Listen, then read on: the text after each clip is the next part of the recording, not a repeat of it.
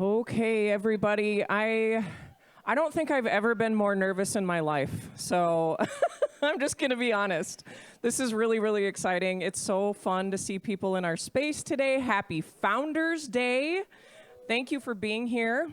So first of all, I just want to welcome you to the brand new Startup Sioux Falls downtown facility. If you haven't been in here before, I see a lot of faces that have been in here, but if you haven't, please take some time after this event is over to go explore the space. We'll have free co-working all day, but we just want you to see how this facility can work for you and for this community. So grab a staff member if you need to, but we're just so excited to have you in the room today.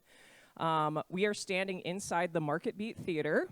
And we're excited for you all to be here for the revamp of what used to be known as 1 Million Cups.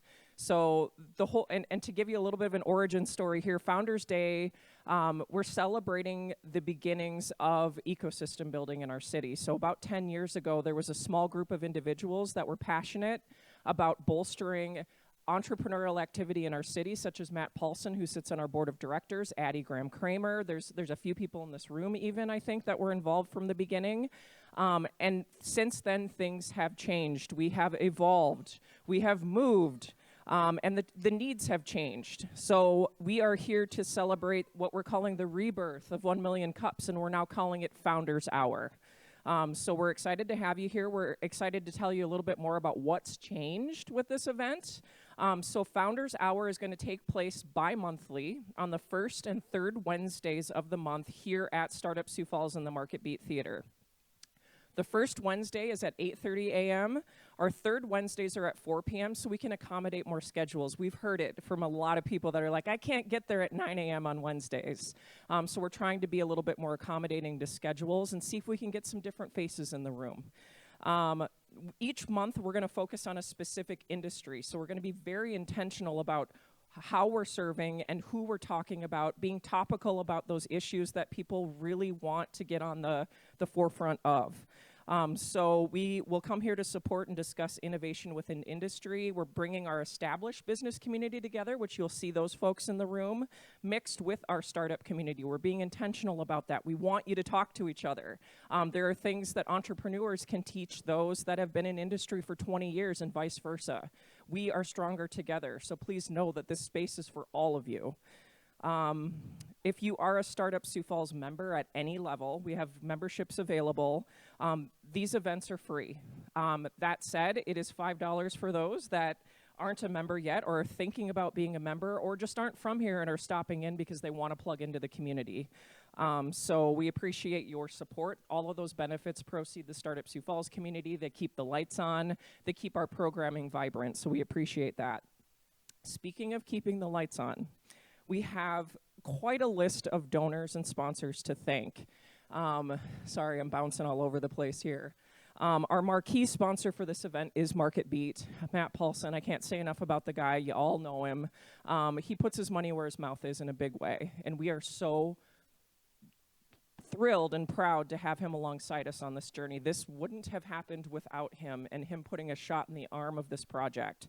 So we are very appreciative of Market Beat, but in addition to that, there's a great story to tell here.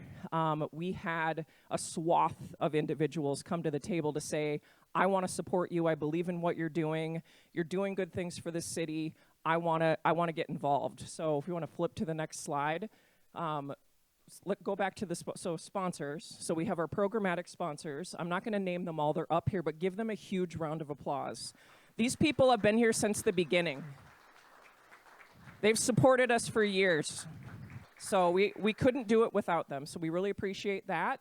And then on the next slide, this is the massive list of donors that made this facility happen. So these are individuals that gave us dollars to say, we want to see this thing go and we want you to do it right. So again, a huge round of applause for this incredible list of founders, business leaders, innovators. These are the people that we can learn from, and these are the people that we want in the space. We want you interacting with these folks.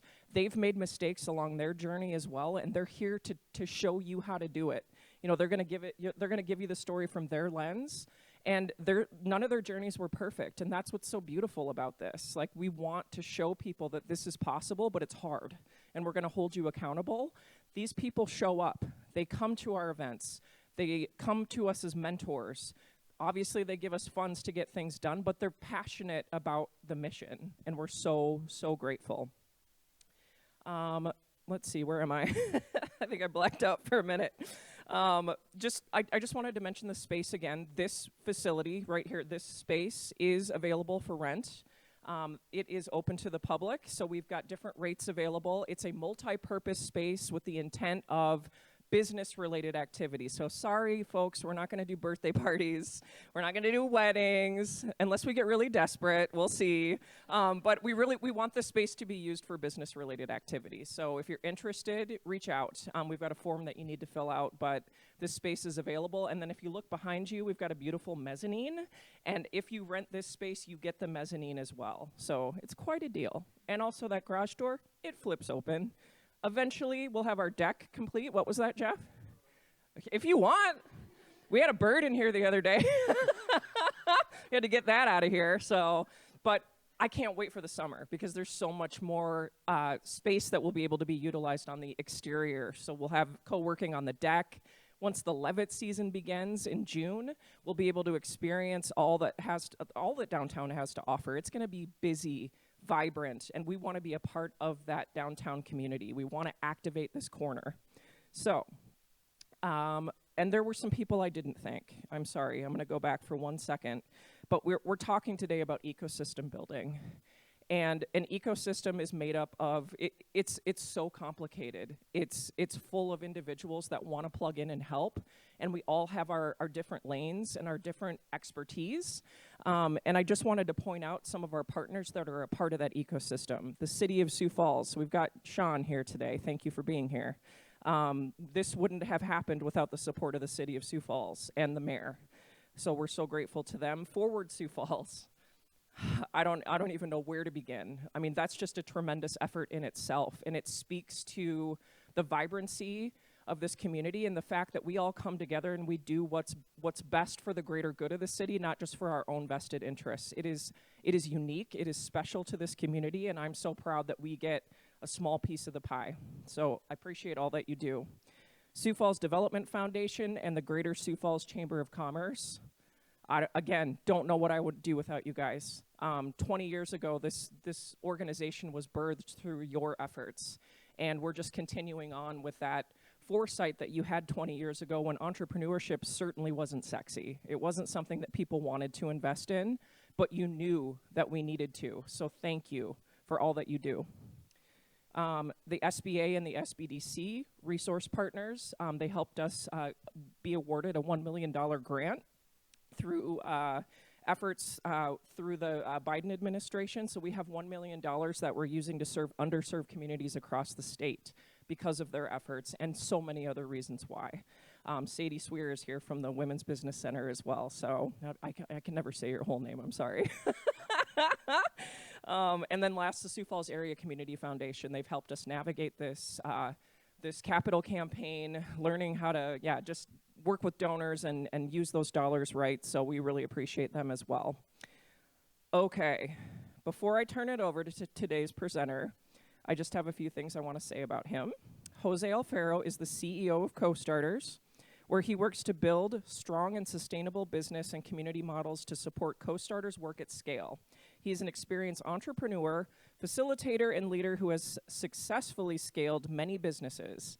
Jose loves to use creative approaches to help individuals and communities thrive through entrepreneurship, and I can say that with confidence because his program and his team have changed the game for this community. How many of you in this room have been through Co-Starters?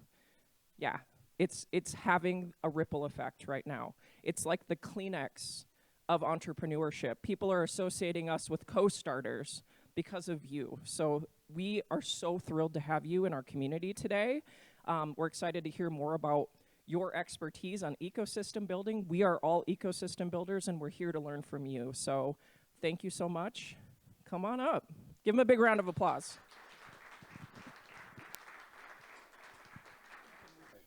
All right, so time. All right, so I'm going to have this presentation that I'm going to share with you.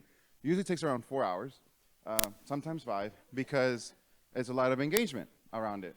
But I'm going to go through it really quick, and at the end, I'll have some engagement for you guys.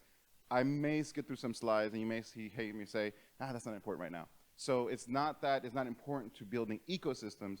It's just to get through all the content and making sure that all of you who are participating in the Startup Sioux Falls ecosystem understand really what it means. And so a lot about ecosystem, just so you all know, if you want to learn more, you can read a book called The Rainforest from Victor Wang. And the whole idea of ecosystem kind of got birthed from him and Kauffman Foundation and other ecosystem builders in different cities that were trying to build this like top-down and bottom-up support system for entrepreneurship. For a long time, support systems were just resources that an organization had to give to the entrepreneur. But the entrepreneur didn't know how to access all those resources. They felt confused, they felt lost, they didn't know what to do, but also there was a lack of trust to those organizations, right? Nothing wrong with the organizations, I want to be very clear about that. It was just for somebody who has an idea to navigate all the resources available, it's a scary thing. And so being scared already immediately breaks trust with anybody who has any resource for entrepreneurship. So, so the world is shifting, okay? And so as this diagram shows is that we've gone from a time where we hunter-gatherers moving to an industrial age to where we are now, where we're connected age. I feel like we're also moving right now. We're moving so fast because of technology. We're moving to an experiential age, right? Where we're so connected, but we're not experiencing human connection, right? So we're connected to globalization. We're connected to information. We're connected to creating systems and support systems for everybody. But as humans, we are actually more isolated than ever. And so if you see a lot of the businesses and if you see a lot of the communities out there that are thriving, it's not just tech accelerators, but it's communities like yours that are creating experiences, coffee shops, breweries, just events in general that connect people to do more work together. All right, so entrepreneurs, the makers, the doers, and the dreamers, I had talked about this last year, where starters are makers, dreamers, and doers. The whole idea, let me see, go through here this. The whole idea is to make sure an ecosystem is how do we remove the barriers from entrepreneurs to go to the next level. Anybody can have a great idea.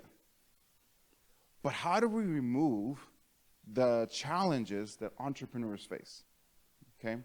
Can anybody here think about what's the number one challenge that entrepreneurs face in starting a business?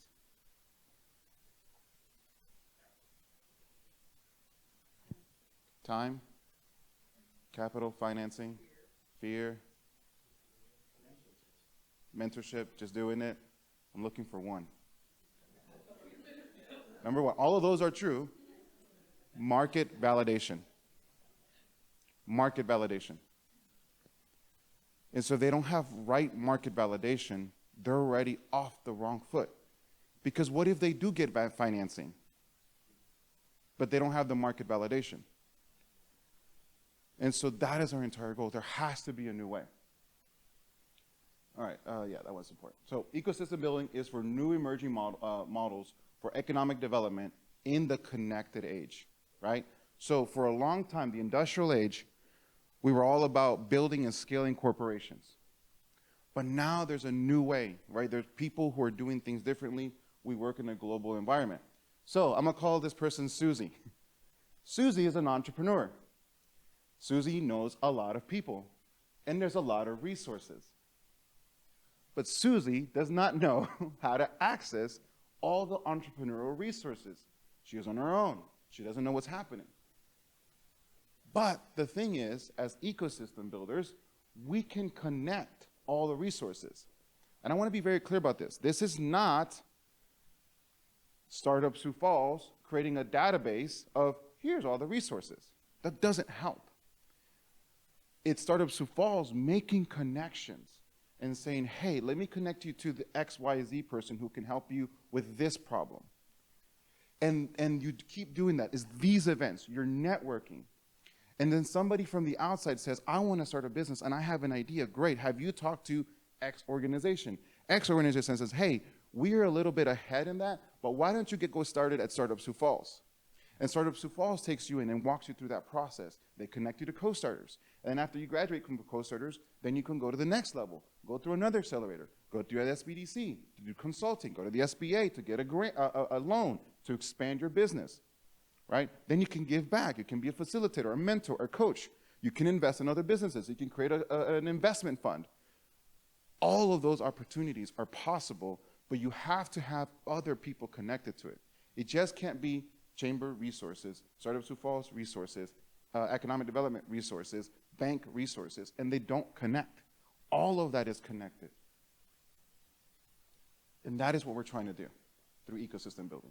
That is what Kaufman set out to do in saying, how can we make Susie, the entrepreneur, the center of ecosystem building? Does that make sense? So the center of ecosystem building is not resources mapping, it's making the entrepreneur the center of it. So the industrial age, the old age, what we're trying to overcome, we're trying to navigate out of, used to work around efficiency, scarcity, competition, transactional, right? That's what a lot of educational models have, right? That's how we were been trained. But we're moving into more of a model around resiliency, abundance, collaboration, transformation. How many of you guys have heard the term collaboration? And how many of you have been frustrated by using that word so many times because we don't really know how we're moving forward from that? Am I the only one? Okay, all right. At the core, what I believe collaboration is two people, two organizations coming together to solve a common problem. Not, hey, can I have what you have so I can use it for my gain? Right? We hear that term win-win. What about if we use a give-give? Right? That's collaboration.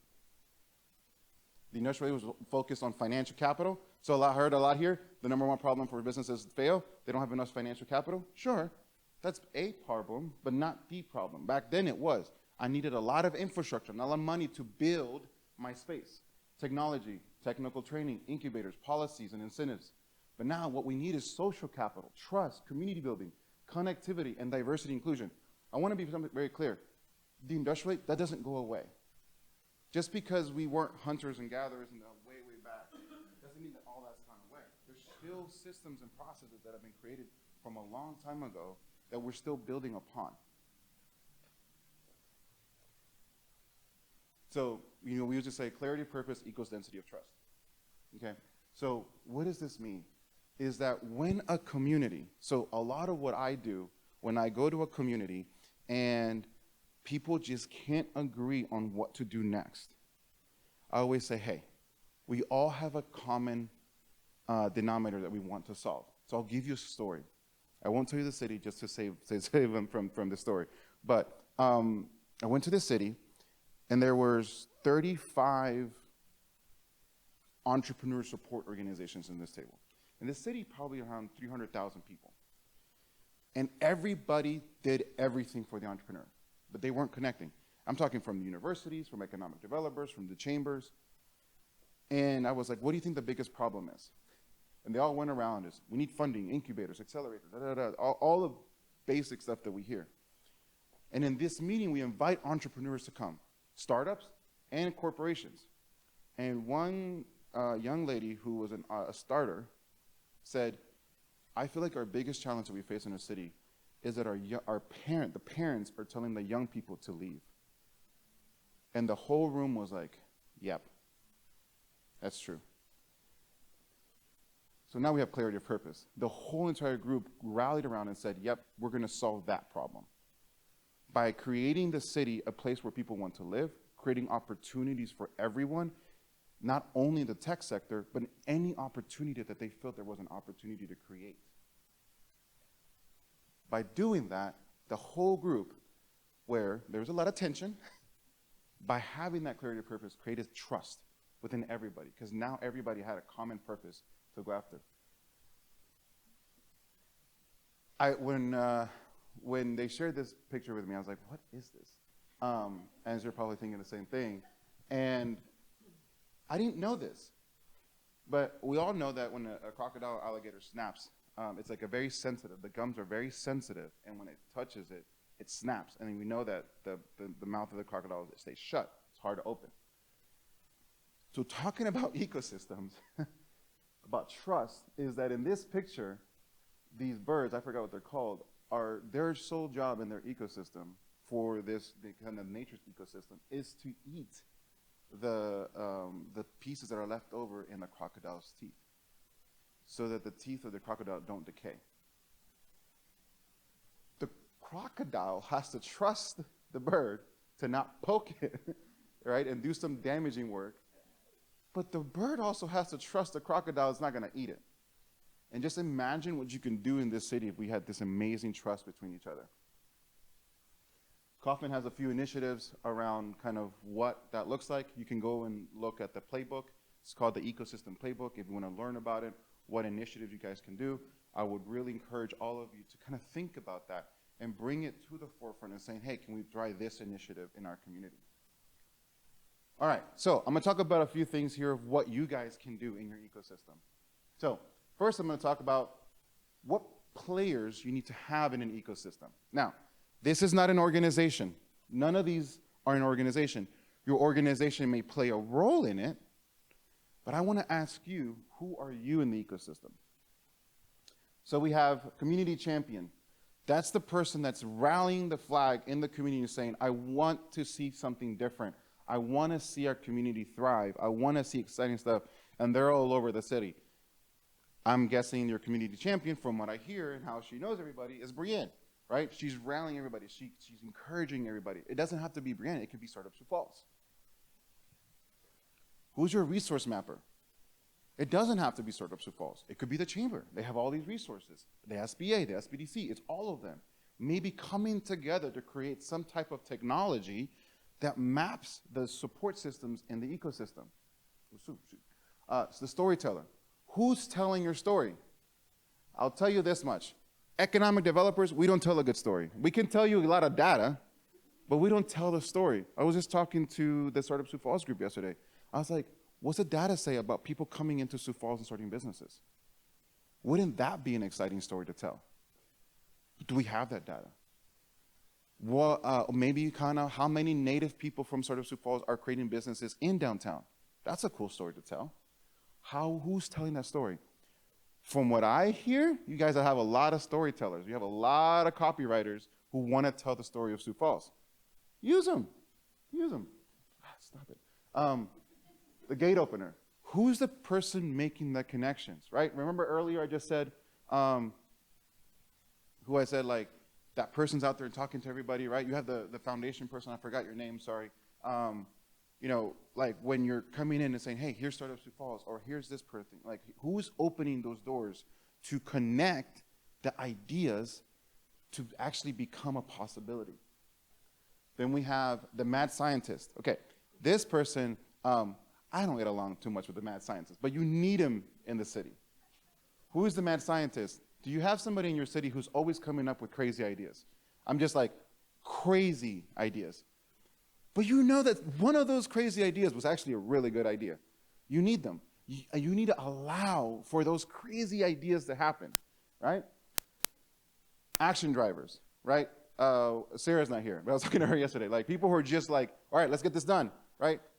So, like, let's get this going. Let's get this momentum. Let's get things going, right? So who are your action drivers that are getting things done, who have all these great ideas, and how do we move them forward? Who's your rainmaker? Who has the funding? I heard 2 foundations. They got money, right? And then the people that the agency that made this possible, right? One of the initial ecosystem builders that was making this building possible, and a lot of the work that's happened possible. Who's funding it, right? A lot of people will say that makers are sometimes the SBA, and I'm like, SBA gives loans. They give loans, they get capital loans, but they're not investing. And I mean, yes, they are investing in the infrastructure, but I'm talking about who are your philanthropists who are saying, I want to see a change in the community. I'm going to create a revenue-based investment fund. I'm going to create an equity-based investment fund to support all types of businesses, right? And lastly, who's your superhero? Now, this is a bonus. This is where me and the board of co-starters, we get into arguments about it. So They're always like, who's your superhero? Who is a person who's like a superstar celebrity in your community? And that helps. But I always want to ask you, who's your superhero in your community? Who's the one taking the flag on when everybody else says, all right, enough is enough, I'm tired, I want to go to bed, that they're still out there and saying, no, we're going to push forward. How do we tell that story? How do we share his story, his or her story, about what's happening in this community? I've heard from a lot of business owners here who care so much about their community that sometimes they're foregoing raising prices on their businesses to serve the community. How beautiful is that? Let's tell that story, right? Let's tell that story. Let's make that the norm. All right, lastly, frameworks for building an ecosystem. And then I'll kind of leave it to questions, and I want to leave you guys with something to ponder on. So we at Co-Starters believe that there are 6 stages to creating a sustainable ecosystem. One is you got to create connections. 1 million cups is a great way to do that. Events, networking events, cohorts, workshops, all that stuff, right? Connecting people kind of just calms the chaos down. You guys are doing that well. Stage 2, awareness. How do we move these ideas of connection and networking and building up businesses come to more in the front line? How do we provide workshops and opportunities for these businesses to get started? Action. How do we take those ideas and move them into action? Every idea, my belief, and our belief at Co-Starters is that every idea should have the possibility to get started. I'm not saying that every idea is going to be the next $1 million business, but every idea should have the possibility to work through its process. At the end of the day, we, as ecosystem builders, don't tell people what a good business idea is. Who should be telling those people that their business is a good idea? Their customer. And are we everybody's customer? No. And I tell it to people. I remember this one lady was trying to create, horror films, and I'm like, I'm not your customer. Go talk to somebody else. That's not my thing. She's like, well, will it succeed? I'm like, I don't know. Go talk to your customers. She's killing it, And I'm like, that's not going to work. But I'm not her customer, right? We don't tell people what works, but we need to have an opportunity for every idea to get started. Structure, right? So now you're taking roots, right? Kind of how everybody knows what's happening. All right, we know that this space is here. We know that the SBA is over here, all the grant money, the opportunities that are happening, everything's starting to take root for sustainability. Support. Now, what happens? This is where a lot of communities fall. So where Co-Starters started in Chattanooga, Tennessee, they missed this stage. Actually, stage 5 and 6, and it's hurting me a little bit. Chattanooga is a mess right now. You've heard so many stories about how great Chattanooga was and how it rebuilt and everything, and right now, I'll be honest and transparent, it's a chaos. Because they lost the focus of supporting the person that we're here to support, the entrepreneur.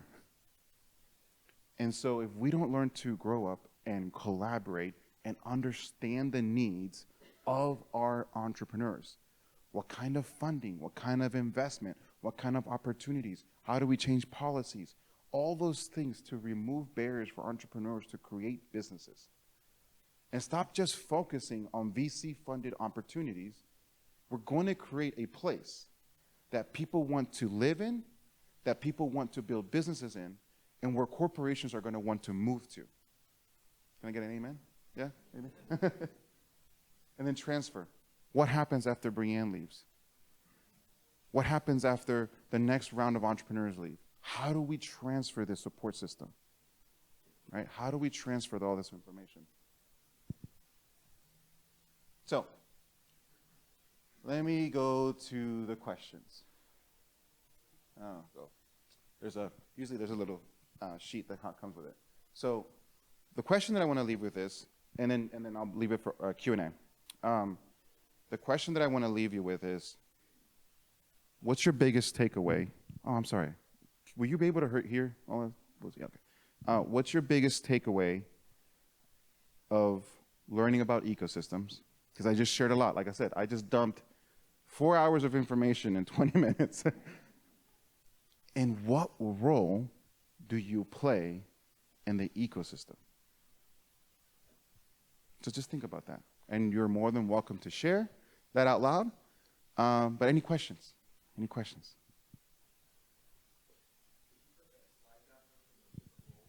Yeah, absolutely. And I will share this with Startup Sioux Falls to share it with you guys. I'm not sure everybody self-identifies in the right category. Oh, that's a good part. Yes. And I don't know how to have that conversation. So why do you think that happens? Why do you think people misidentify themselves? Well, we talked about it earlier, where ecosystem, like there's a city that has 22 different, more than that, and they all think they have to be all things to all people. And then they kind of lose sight of what their strengths are. Yeah. How do we get to the heart of that? Yeah. And who needs to come in and have that conversation? Yeah. Like we can't do it internally. Well, you want to have an external facilitator who's unbiased, right? And so that's why they pay me to go do that. And I ask the hard questions. But here's the questions that I ask, right? So in that community, I asked the SBA, what is your job? What is your job? They're like, well, we're support businesses. I'm like, okay. What do you specifically do in this city? They're like, well, we provide technical assistance to people who have ideas, but if they need coaching, we'll send them to the SBDC. Awesome. So you don't do coaching. Let's check that off. What do you do? Well, we help people get financially healthy to get loans. Great. Now you know what specifically you do. Chamber, what do you do? And I went through the course. Incubator, what do you do? University, what do you do? What is your job in this space? Because supporting entrepreneurs is such a broad term. It's like saying, if I'm a restaurant, what do you do? I sell food. Kind of food. What hours are you open? Who do you serve? Where are you at? Getting very specific is probably the most important thing that we need to do as ecosystem builders to identify in our role, right? And so, yes, go ahead, sorry.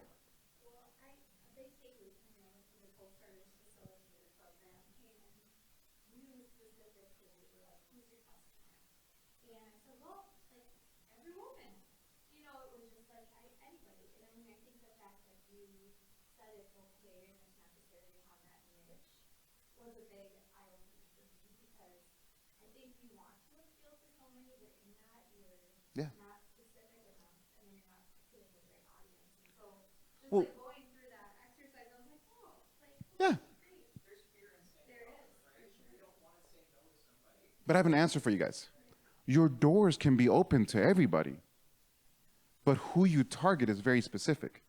Because if your doors are open to everybody and you're connected to the ecosystem, guess what you can do? Connect them to the right place. I always say this, doors are open. Come, all, please come. Who I market is very specific, right? And so, like, Co-Starters has to go through this process every single once in a while. We have to redo it because economic developers are getting into this ecosystem kind of thing, and they're like, what is it? So we're having to change our niche of what we say. And from an accelerator program, they're like, well, what do you specifically do? And I'm like, we help people validate their idea. That's what we do. That's exactly what we do. We help people validate their idea. We want to create a place where, I think Sarah said it yesterday, we want to create a plan, a bunch of small seeds. Awesome, great. That's what you do. That is specifically what you do. Well, I want to help businesses go from 10 million to $100 million. Great. Do you have the infrastructure for that? Do you have the resources for that? Do you have the technology for that? Do you have the investment fund to do that? No. Great. Who does? Who does? Partner with them. Find them. Send people to them. Right?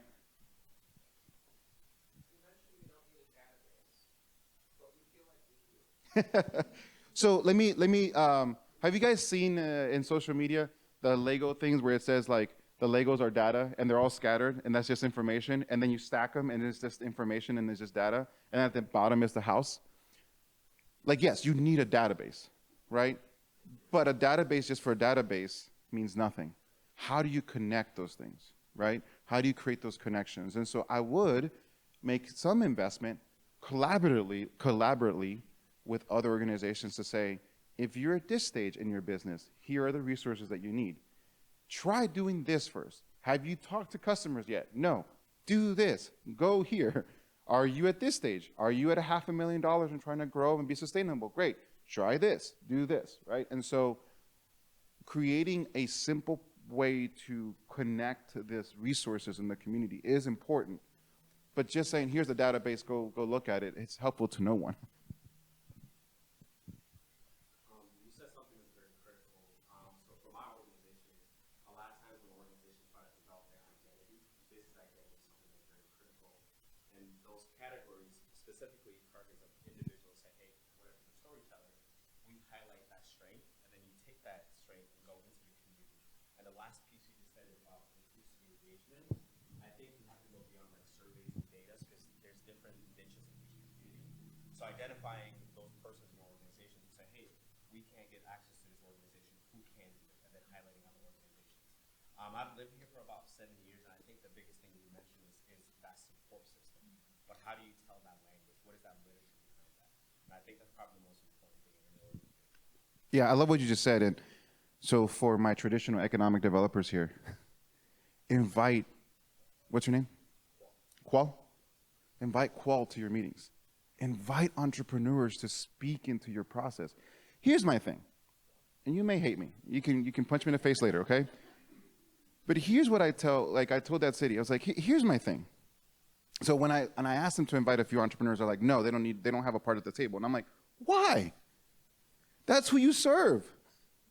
Why wouldn't they be at the center of your table? And so I always say, invite the entrepreneurs, right? And yes, you got to vet them, make sure that they're going to provide value and resources and information, but get the feedback from the entrepreneurs. I went to another city, and I'm like, what is the biggest challenge of entrepreneurs? And they showed me all this data. I'm like, okay, this is great. This is great data. Has anybody gone and patroned a local business owner? No. And I just said, everybody get up, let's go. We're going to go visit 3 to 4 businesses and ask them, what's your biggest challenge right now? And all of them had different answers, but at least it gave us the feedback that we needed to hear it from somebody, and it gives us an opportunity to have follow-up questions. Somebody said, I need more customers. And I said, why? Well, I need more money. And I said, great. Are you not making money? She's like, well, no, I'm not profitable. I said, and why aren't you profitable? She's like, great question. Maybe I'm not charging enough. Great. Who can help her, right? They're like, oh, we can do that. Great. Awesome. There you go, right? It wasn't marketing. It was that she wasn't pricing her stuff correctly to be profitable, because here's what I saw. I saw a line of people out the door. And I'm like, you have enough clients that you can't keep up with. Sometimes entrepreneurs, when we are such in the weeds of things, and I include myself in this, we can't see. Our head is so stuck in the ground that we can't see above it. We need ecosystem builders to help us think through that. All right, I think I have one more question. Yes? Thank you so much for being here. Curious, is there a city or community that's doing this well? Oh, yeah. I mean, all over, right? So you can talk like big cities to small cities, right? So if you want to go to more of like a fun, artist community, Asheville, North Carolina, right? Killing it, right? Then you have communities like Nashville that are really integrated, right? Denver, Colorado, Boulder, Colorado, any Colorado.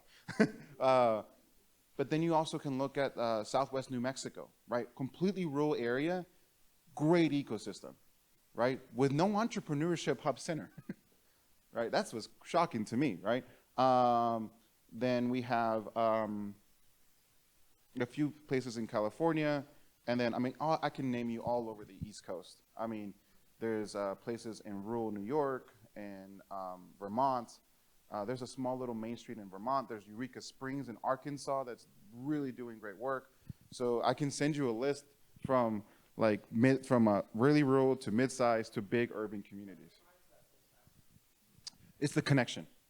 It's that the ecosystem builders are able to connect on a monthly basis, support the resources, and that the entrepreneurs have opportunities to grow. So what they see it as success is that they have at least a handful of entrepreneurs that are making more than $10 million and are creating more than 100 jobs in their community. That's how they define it. That's what they're wanting to do. They set those goals. Or that they were able to create an inclusion to attract businesses, so like Austin, right? They first started the artist scene to attract all the technology companies to come in, right? And so you look at those kind of like, what were their goals to do it? And so one is defining your goals. Who do you want to be? What does Sioux Falls want to be known for, right? So Chattanooga, the reason I say it was chaos is we wanted to be known that every idea could get started in Chattanooga. And we were well on our way. We supported 1,000 new ideas. And we were starting to scale up in our businesses, and we lost that piece. So now we've lost our identity. There's no goal, there's no metrics of what we're trying to go after.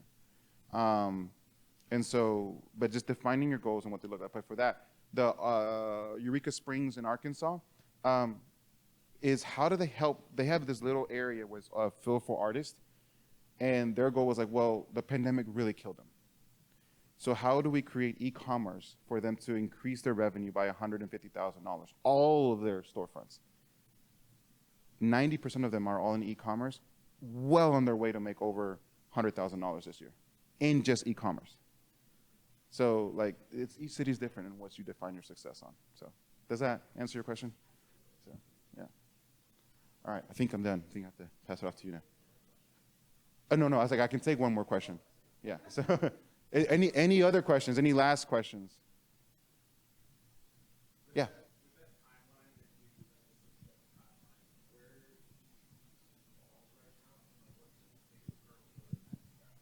Oh, man, great question. I'm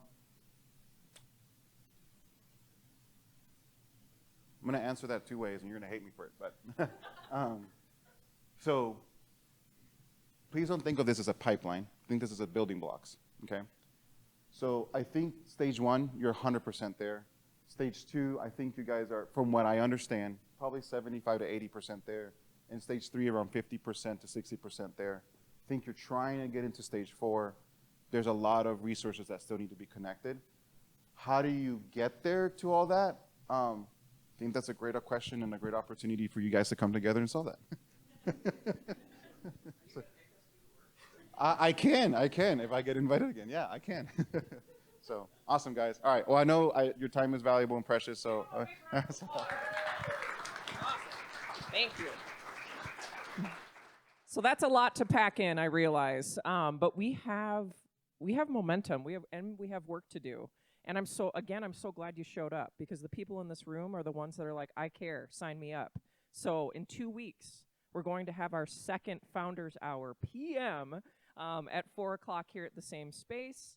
And we're going to continue this conversation. So I hope I see a lot of the same faces, but I also want you to bring somebody with you, because we just need to continue to create this momentum. And we need all types. It's not just founders, it's the ecosystem builders, it's our established businesses, our chambers, all of these folks that need to come around the table to make this happen. So I really appreciate the crash course. We would love to dig in further with you. Maybe we will someday. But this is what this space is for. We're a think tank. We're here to solve problems. We're here to talk to each other about what's not working and what is. So please use this space for this type of activity. We implore you to do so. I just wanted to let you know, and really cool that you guys put a picture of me up here while I'm talking. That's very meta. Thank you. But building tours are happening throughout the day. So if you are interested in learning more about how you can use the space as a member or otherwise, we're happy to do that. You can talk to Amos. We have free co-working until 3 o'clock today. So if you just want to stay and get work done, please stay.